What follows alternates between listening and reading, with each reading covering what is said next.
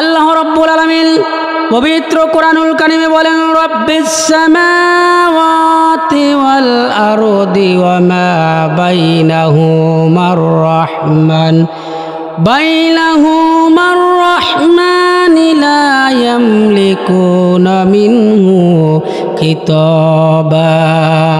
আল্লাহ রাব্বুল আলামিন সূরা নাবার 37 নম্বর আয়াতে আল্লাহ পাক বলেন, রব্বিস সামাওয়াতি ওয়াল আরদ, আসমান এবং জমিনের মধ্যে এবং উভয়ের মধ্যবর্তী জায়গা সমূহের মধ্যে যত কিছু আছে আল্লাহ পাক বলেন, লা ইয়ামলিকুনা মিনহু কিতাবা, লা ইয়ামলিকুনা মিনহু কিতাবা। সেদিন আমি আল্লাহ ছাড়া কারোর কথা বলার কোনো শক্তি নাই, কারোর কথা বলার মতো কোনো সাহস নাই। আমার আল্লাহ রব্বুল আলামিন বলেন, সেই দিন আমি যাকে অনুমতি দিব, যাকে পারমিশন দিব, সেই কেবল কথা বলতে পারবে।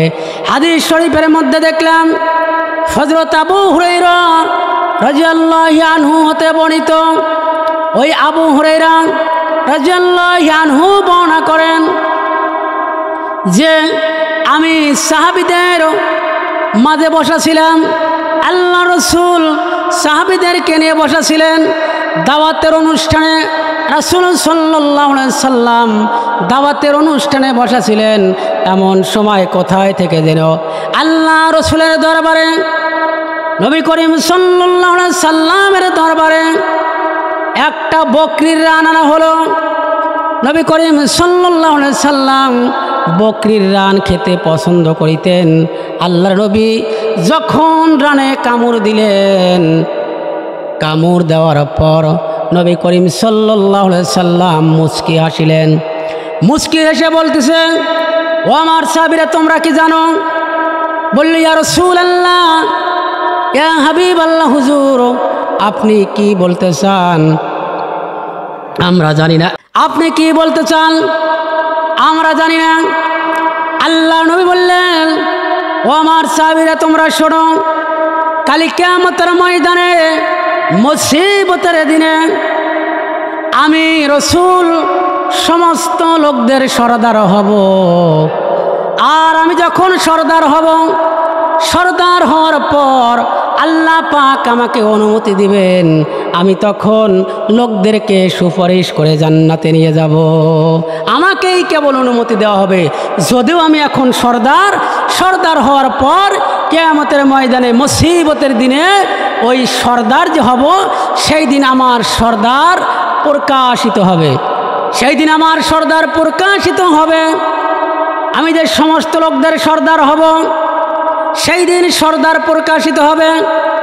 মানুষেরা ওই বিভীষিকাময় দৃশ্যর দিন মানুষেরা হয়রান হয়ে যাবে, পেরেশান হয়ে যাবে। হয়রান যখন হয়ে যাবে, পেরেশান হয়ে যাবে, আর লোকেরা বলাবলি করতে থাকবে, আমরা যে ভীষণ বিপদের মধ্যে পড়েছি, আমরা যে মুসিবতের মধ্যে পড়েছি, চলো আমরা একজন ভালো লোকের অনুসন্ধান করি। ভালো লোকের যদি অনুসন্ধান করি, হয়তো আল্লাহর দরবারে উনি দোয়া করবেন। দোয়া করার কারণে আমার আল্লাহ রব্বুল আলামিন এই মুসিবত থেকে আমাদেরকে রক্ষা করবেন, এই মুসিবত থেকে আমাদেরকে রক্ষা করবেন। সম্মানিত হাজিরিন, আল্লাহ নবী বলেন, এরপর লোকেরা চলে যাবে, হযরত আদম আলাইহিস সালামের কাছে যাবে। আল্লাহ নবী আদম আলাইহিস সালামের কাছে গিয়ে বলবে, ও আদম নবী, ও আদম নবী, আমরা যে ভীষণ বিপদের মধ্যে পড়েছি, আপনি কি দেখতে পান না আমরা কি বিপদের মধ্যে পড়েছি? আপনি আল্লাহর দরবারে একটু দোয়া করুন। কেননা আল্লাহ রাব্বুল আলামিন সর্বপ্রথম আপনাকে সৃষ্টি করেছেন। আপনাকে সৃষ্টি করার পর আল্লাহ পাক জান্নাতের মধ্যে আপনাকে রাখার সুযোগ করে দিয়েছেন, জান্নাতের মধ্যে দিয়েছেন। অতঃপর আপনি কি করুন, আল্লাহর দরবারে একটু দোয়া করুন, আল্লাহ পাক যেন এই ভীষণ বিপদ থেকে আমাদেরকে রক্ষা করে। আল্লাহ নবী আদম বলবে, আল্লাহ নবী আদম আলাইহিস সালাম বলবে, ও লোক সকল তোমরা শোনো, আল্লাহ আল্লাহ পাক আজ এত বেশি রাগান্বিত হয়েছেন যে এর পূর্বেও তিনি এত বেশি রাগান্বিত হন নাই, এর পরেও তিনি এত রাগান্বিত হবেন না। কিছু সময়ের জন্যে আমার আল্লাহ রাব্বুল আলামিন সবচাইতে বেশি রাগান্বিত হয়েছেন। অতএব আমি আল্লাহর দরবারে যে কথা বলবো, কথা বলার মতো সাহস আমার নাই। বলবে কেন সাহস নাই, কেন সাহস নাই? এবার আদম আলাইহিস সালাম বলবে, তোমরা তাহলে শোনো, তোমরা তাহলে শোনো, আল্লাহ রাব্বুল আলামিনের কাছে আমি একটা ভুল করেছিলাম। এই ভুলের কারণে না জানি আল্লাহ পাক আমার সাথে কি ব্যবহার করে, আমি নিজেও জানি না আমার সাথে কি ব্যবহার করবে। কেননা সেই ভুলটি হলো, আল্লাহ পাক যখন আমাকে জান্নাত দিল, জান্নাত দেওয়ার পর জান্নাতের মধ্যে যখন আমাকে রাখলো, রাখার পর বলল, আদম তুমি এবং তোমার স্ত্রী এই যে জান্নাত আছে, এই জান্নাত দেখা যায়, এই জান্নাতের যে সমস্ত জায়গা আছে বরাবর তুমি ঘুরে বেড়াও, কিন্তু ওই যে বৃক্ষ দেখা যায় ওই বৃক্ষর নিকট যায় না।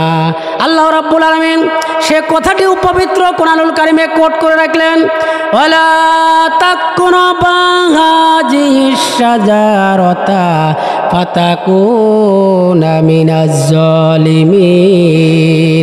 আদম তুমি এবং তোমার স্ত্রী জান্নাতের মধ্যে থাকো, কিন্তু ওই যে বৃক্ষ দেখা যায় ওই বৃক্ষর নিকট যায় না। আমি আদম আলাইহিস সালাম আমি ভুল করেছি, এই ভুলের কারণে আল্লাহ পাক আমাকে কি করবেন আমি নিজেও জানি না। তবে আমি একটা পরামর্শ দিতে পারি, আমি একটা পরামর্শ দিতে পারি, আজকে যদি শাফায়াত করতে পারবে, শাফায়াত করার মতো যদি যোগ্যতা থাকে, শাফায়াত করার মতো যদি ক্ষমতা থাকে, তাহলে তোমরা যাও নূহ আলাইহিস সালামের কাছে যাবে। লোকেরা নূহ আলাইহিস সালামের কাছে যাবে, লোকেরা নূহ আলাইহিস সালামের কাছে গিয়ে বলবে, ও আল্লাহ নবী নূহ আলাইহিস সালাম, আমরা যে ভীষণ বিপদের মধ্যে আছি, আমরা যে অস্থিরতার মধ্যে আছি, আপনি আল্লাহ পাকের একজন বন্ধু, আল্লাহর দরবারে একটু দোয়া করুন, আল্লাহ পাক যেন আমাদেরকে এই বিপদ থেকে রক্ষা করেন। হাসরের ময়দানে এমন অবস্থা হবে, ভয়াবহ অবস্থা হবে। এই ভয়াবহ অবস্থার মধ্যে নূহ আলাইহিস সালাম বলবে, তোমরা বিশ্বাস করো আমার আল্লাহ রাব্বুল আলামিন আজ এত বেশি রাগান্বিত হয়েছেন, এর পূর্বেও তিনি এত রাগান্বিত হন নাই, এর পরেও তিনি এত রাগান্বিত হবেন না।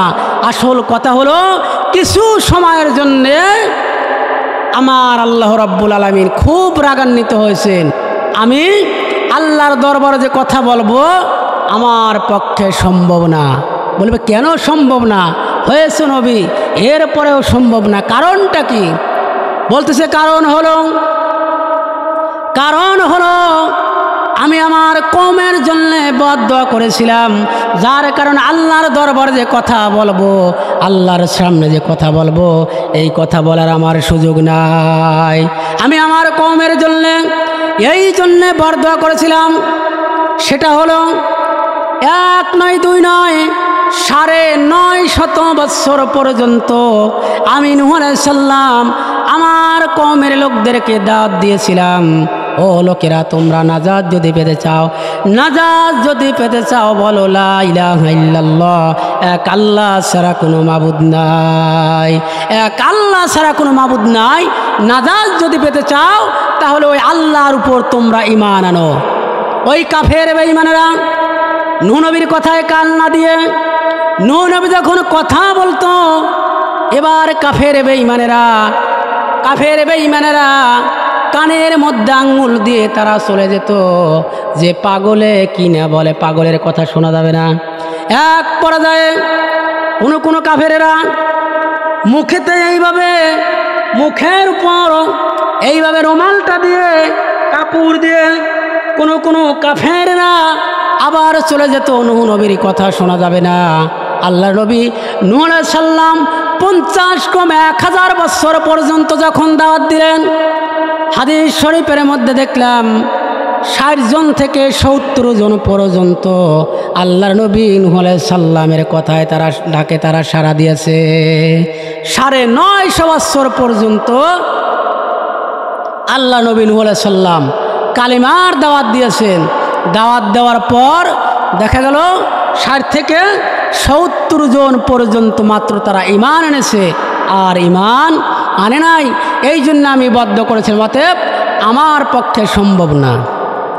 তবে আমি একটা পরামর্শ দিতে পারি, আজকে যদি শাফায়াত করতে পারে, শাফায়াত করার যদি ক্ষমতা থাকে, যোগ্যতা রাখে, তার নাম হলো ইব্রাহিম আলাইহিস সালাম। তার নাম কি? ইব্রাহিম আলাইহিস সালাম। লোকেরা হয়রান হয়ে যাবে, পেরেশান হয়ে যাবে, হয়রান এবং পেরেশানির মধ্যে দিয়ে চলে যাবে। আল্লাহ নবী ইব্রাহিম আলাইহিস সালামের কাছে, আল্লাহ নবী ইব্রাহিম আলাইহিস সালামের কাছে গিয়ে বলবে, ও আল্লাহর মনোনীত বন্ধু, ও আল্লাহ পাকের খলিল, আপনি দেখতে পাচ্ছেন আমরা কি ভীষণ বিপদের মধ্যে আছি। আমরা তো হয়রান হয়ে গেছি, পেরেশান হয়ে গেছি। আপনি আল্লাহ পাকের খলিল, আল্লাহর দরবারে একটু দোয়া করুন, আল্লাহ পাক যেন আমাদের এই বিপদ থেকে রক্ষা করে। ইব্রাহিম আলাইহিস সালাম বলবে, ও আমার লোকেরা, তোমরা শুনে রাখো, আমার আল্লাহ রাব্বুল আলামিন আজ এত বেশি রাগান্বিত হয়েছেন যে এর পূর্বেও তিনি এত বেশি রাগান্বিত হন নাই, এর পরেও তিনি এত রাগান্বিত হবেন না।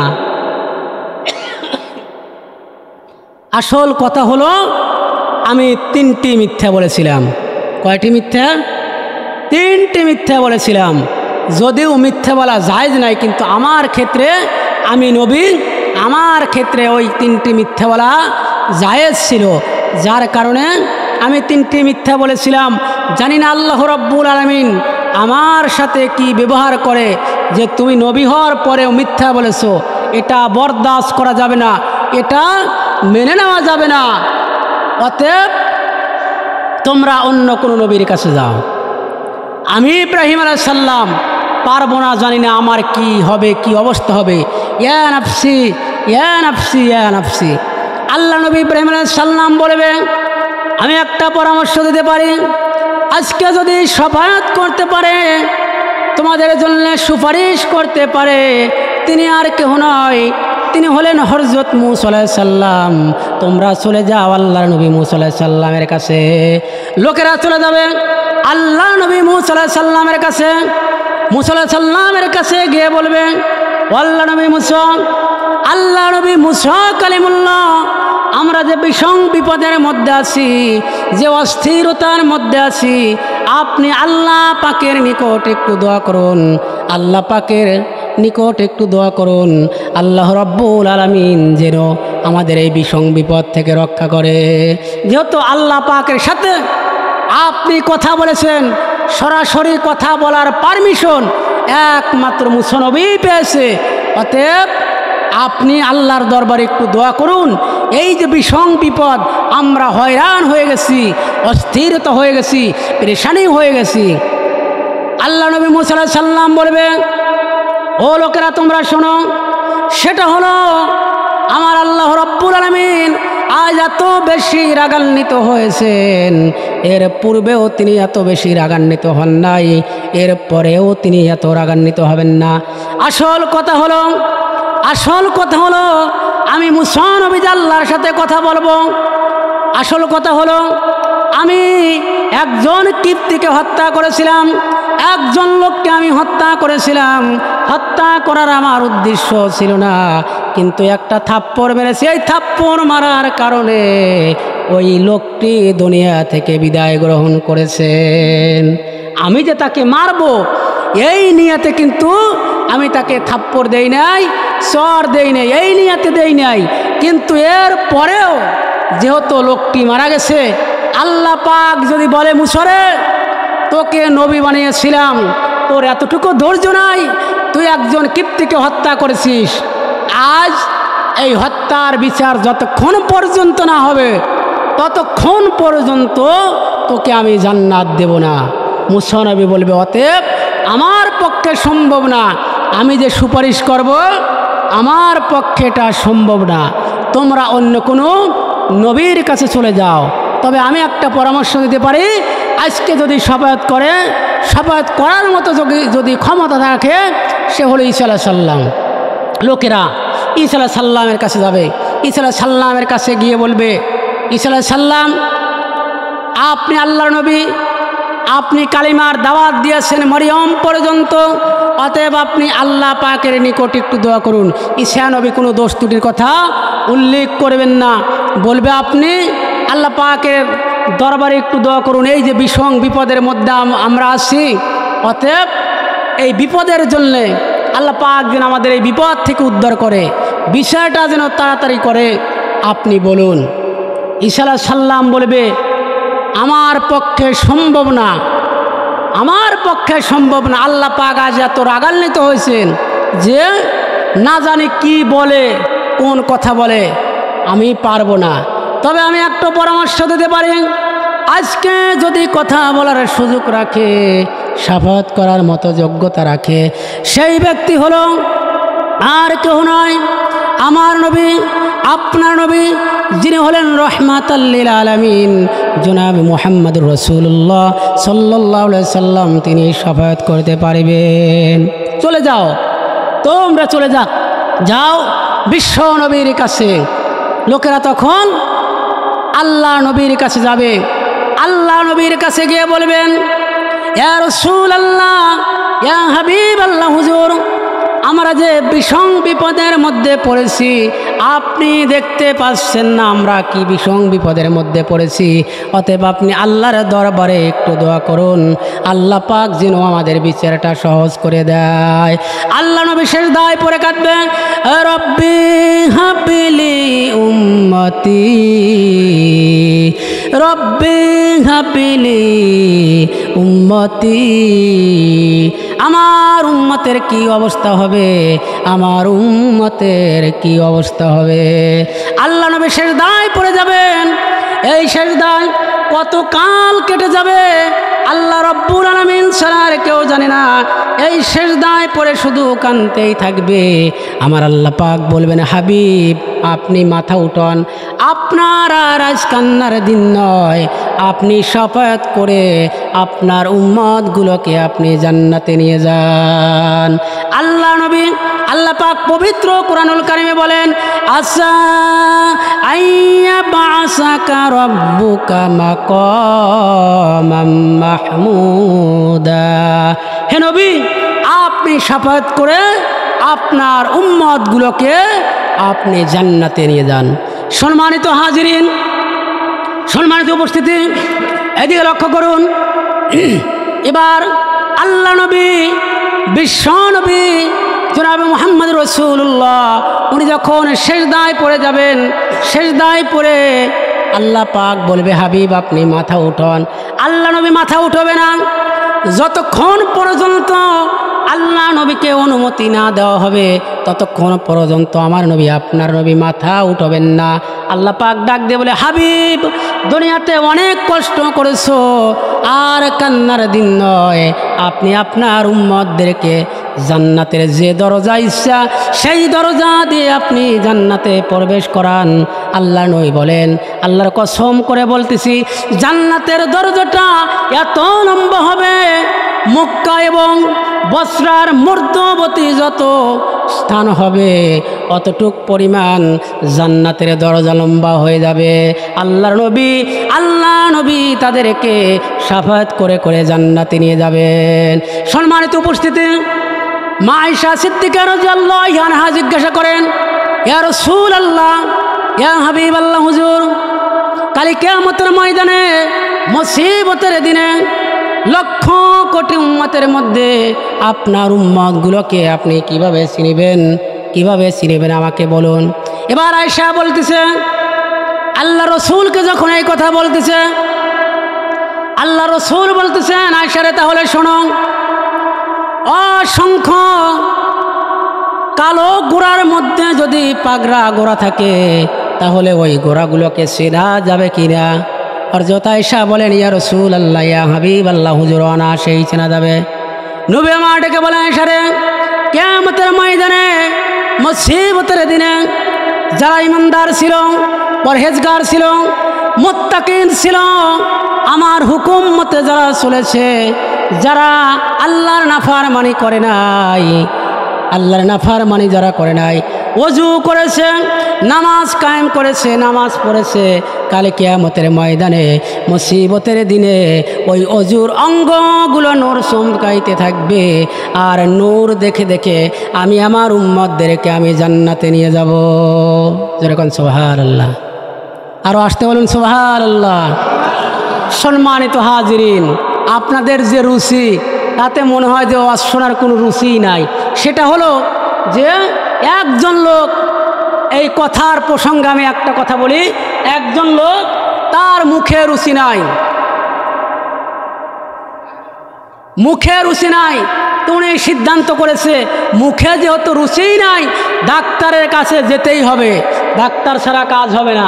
লোকটি ঘর থেকে বাহির হয়েছে, মাঝ পথে দেখা গেল বৃষ্টি নামছে। যেই মাঝ পথে যখন বৃষ্টি নেমেছে, বৃষ্টি নেওয়ার পর উনি সিদ্ধান্ত নিচ্ছে যে এই যে একটা বাড়ি দেখা যায়, এই বাড়ি তুটি, তারপরে যখন বৃষ্টি ছাড়বে তখন আবার ডাক্তারের কাছে চলে যাব। এদিকে বাড়িওয়ালারা মানুষ হলো তিনজন। কয়জন মানুষ? হলো তিনজন, স্বামী স্ত্রী আর ছোট্ট একটা ছেলে, এই তিনজন মানুষ। তে চিন্তা করেছে, বাড়িওয়ালা চিন্তা করেছে খাবার রক্ত যখন হয়েই গেছে, তাহলে এই যে মেহমান এসেছে, এই মেহমানকে নিয়ে খেতে হবে। তে বলতেছে ভাইজান কোথায় থেকে আসিয়াছেন, কি সমাচার? অনেকক্ষণ ধরেই তো আসিয়াছেন, যেহেতু বৃষ্টি ছাড়ে না, আপনি খাওয়া দাওয়া করেন। বলতেছে না ভাই, আমার মুখে রুচি নাই, আমি ডাক্তারের কাছে যাব, ডাক্তার দেখাবো, আমার মুখে রুচি নাই, আমি খেতে পারো না।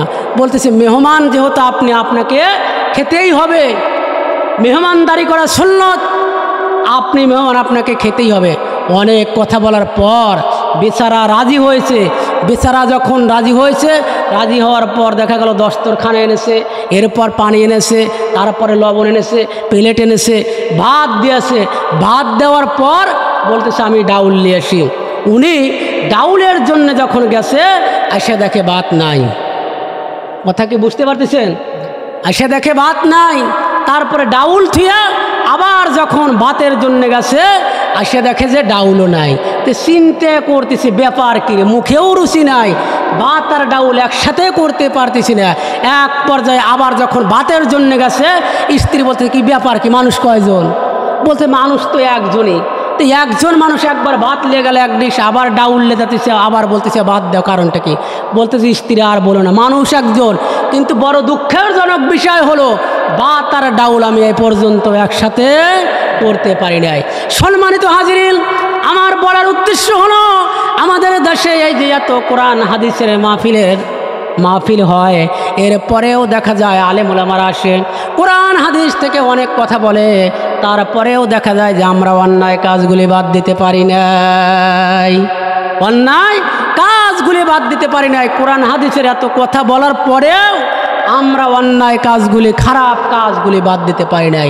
সম্মানিত হাজিরিন, সেই কিয়ামতের ময়দানে মুসিবতের দিনে এবার আয়েশা সিদ্দিকা বলতেছে হুজুর তাহলে কিভাবে চিনবেন?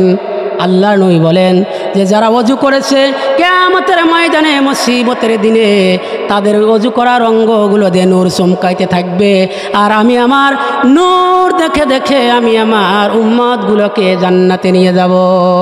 আল্লাহ রাব্বুল আলামিন সেই কথাটি পবিত্র কুরআনুল কারীমে সূরা নাবার মধ্যে বলেন, ইয়াউমা ইয়াকুমুর রূহু ওয়াল মালাইকাতু সাফফান লা ইয়াতাকাল্লামুনা ইল্লা মান আযিনা লাহুর রাহমানু ওয়া ক্বালা সাওয়াবা।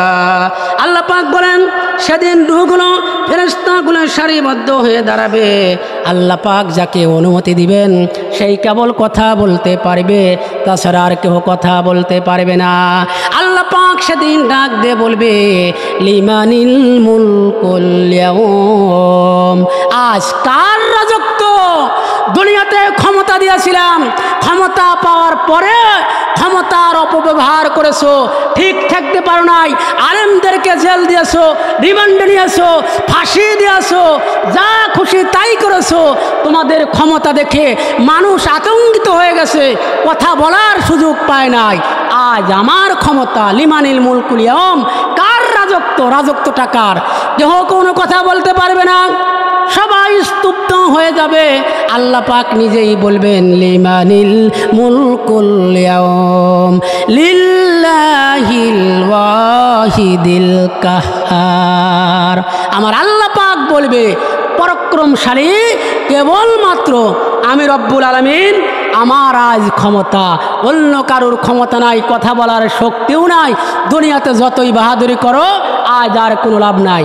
হাদিস শরীফের মধ্যে দেখলাম সেই কিয়ামতের ময়দানে মুসিবতের দিনে আল্লাহ নবী বলতেছেন, আবু হুরায়রা ও আমার সাথী সঙ্গীরা, তোমরা শুনে রাখো কারা সবচাইতে বেশি অসহায় হবে তোমরা কি জানো? আল্লাহ নবী বলেন, এই কথা যখন বলতেছেন সাহাবীরা বলতেছি, ইয়া রাসূলুল্লাহ, ইয়া হাবিবাল্লাহ, হুজুর আমরা তো জানি এই দুনিয়ার মধ্যে সবচাইতে বেশি অসহায় যাদের টাকা নাই, পয়সা নাই, ধন নাই, সম্পদ নাই, তারা তো বড় অসহায়। আমার নবী বলেন, না না, তোমরা এই কথা ভেবো না।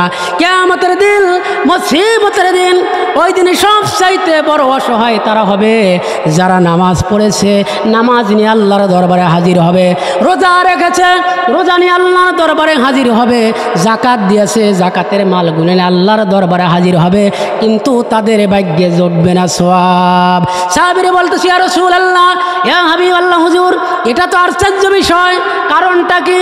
নামাজ পড়েছে, রোজা রেখেছে, হজ করেছে, জাকাত দিয়েছে, তারপরেও তাদের ভাগ্যে সওয়াব জুটবে না, কারণটা কি? এবার আল্লাহ নবী বলেন, তাহলে শোনো, সেটা হলো ওই ব্যক্তি যদিও নামাজি ছিল, নামাজি হওয়ার পর একজনের উপর জুলুম করেছে, ওই জুলুমকারী কাল কিয়ামতের ময়দানে মুসিবতের দিনে আমার আল্লাহ যেদিন হাকিম হয়ে দাঁড়াবেন, তখন বলবে, রব্বুল আলামিন আপনি তো আজ বিচারক, আপনি সঠিক বিচার করবেন, ইনসাফ ভিত্তিক বিচার করবেন, অতএব আপনি আমার বিচারটা করুন, আমার উপর এই ব্যক্তি জুলুম করেছে। তোকে বলে, তুমি না নামাজি, তারপরেও জুলুম করেছো? বলতেছে, আমার ক্ষমতা ছিল, আমি তাই দেখে আছি। তখন বলবে, তোমার যে নেকিগুলো আছে ওই নেকিগুলো এই জুলুমকারীকে দিয়ে দাও, নেকিগুলো জুলুমকারীকে দেওয়া হবে। আর একজন ব্যক্তি যাবে, আর একজন ব্যক্তিকে বলবে, রব্বুল আলামিন আজ প্রতিশোধ নেওয়ার দিন, আপনি হাকিমিন, আপনি ন্যায় বিচার করিবেন, আপনি বিচার করুন। বলল, কি হয়েছে? বলতেছে, আমাকে ওই ব্যক্তি থাপ্পড় মেরেছে। বলতে, তুমি না জাকাত দিয়েছ, তুমি না জাকাত দিয়েছ, আজ তোমার যে নেকিগুলো আছে ওই নেকিগুলো ওই থাপ্পড়কারী ব্যক্তিকে দিয়ে দাও। এইভাবে দিতে দিতে সব নেকিগুলো যখন শেষ হয়ে যাবে, সব নেকিগুলো শেষ হওয়ার পর আর কোনো নেকি থাকবে না, এমন সময় আর একজন ব্যক্তি এসে বলবে, রব্বুল আলামিন ওই ব্যক্তি আমার সম্পদগুলো আত্মসম্পদ করেছে, মেহেরবানি করে বিচার চাই। আল্লাহ পাক বলবে, আর তো আর নেকি নাই, তাহলে তোমার যে গুণাগুলো আছে ওই গুণাগুলো ওই ব্যক্তিকে দিয়ে দাও। আর চাইতে বড় অসহায় আর কেউ হবে না। সম্মানিত হাজিরিন, এই জন্য তাকব্বারি কোনো লাভ হবে না, তাকব্বারি করে কোনো লাভ হবে না। আপনি মনে করেন আমি এটা করেছি, ওটা করেছি, হ্যান করেছি, ত্যান করেছি, কোনো লাভ হবে না। সম্মানিত হাজিরিন, এই জন্যে আল্লাহ পাক যাকে যতটুকু সম্মান দিয়েছে সেই সম্মানের অপব্যবহার করা যাবে না। সম্মান আর সম্মানী ব্যক্তিকে সম্মান করতে হবে, আর যে ব্যক্তি যে স্থানে আছে তাকে সেই স্থানে সেইভাবেই মর্যাদা দিতে হবে।